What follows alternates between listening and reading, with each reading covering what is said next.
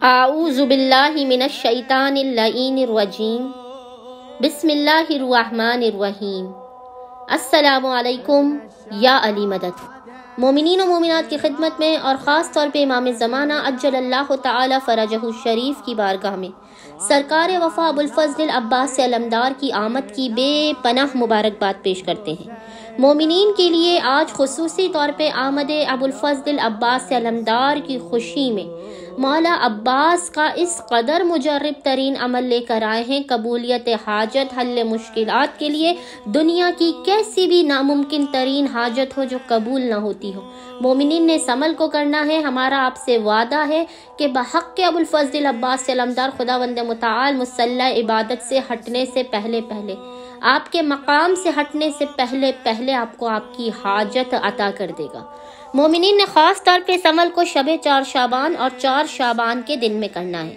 مومنین نے کرنا یہ ہے کہ شب 4 شعبان اور 4 شعبان کو سب سے پہلے آپ نے غسل کرنا ہے۔ غسل کرنے کے بعد آپ نے 2 رکعت نماز پڑھ کے ابو الفضل عباس علمدار کی بارگاہ میں پیش کرنا ہے۔ سب سے پہلے غسل کرنا ہے، 2 رکعت نماز کو آپ نے ہدیہ کرنا ہے ابو الفضل عباس علمدار کی بارگاہ میں۔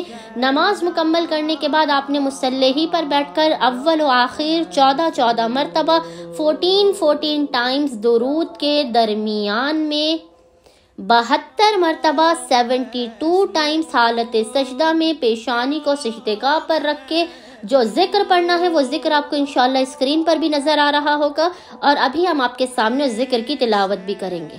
وہ ذکر کیا ہے جسے آپ نے اول و آخر 14 مرتبہ 14 ٹائمز درود کے درمیان میں 72 مرتبہ پڑھنا ہے؟ وہ ذکر ہے بنفسی انتا یا اخی عباس، بنفسی انتا یا اخی عباس، بنفسی انتا یا اخی عباس۔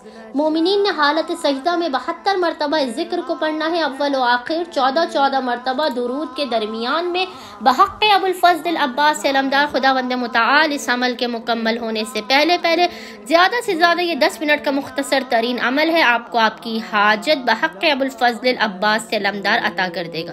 یہ ہمارا آپ تمام مومنین سے وعدہ ہے۔ امید کرتے ہیں مومنین و مومنات کی اکثریت اس عمل خاص کو لازمن کرے گی۔ آمد ابو الفضل عباس علمدار میں ہمیں اپنی دعاؤں میں، اعمال اور اذکار میں یاد رکھیں گے۔ اللہم صلی علی محمد و آل محمد وعجل فراجہم اجمعین۔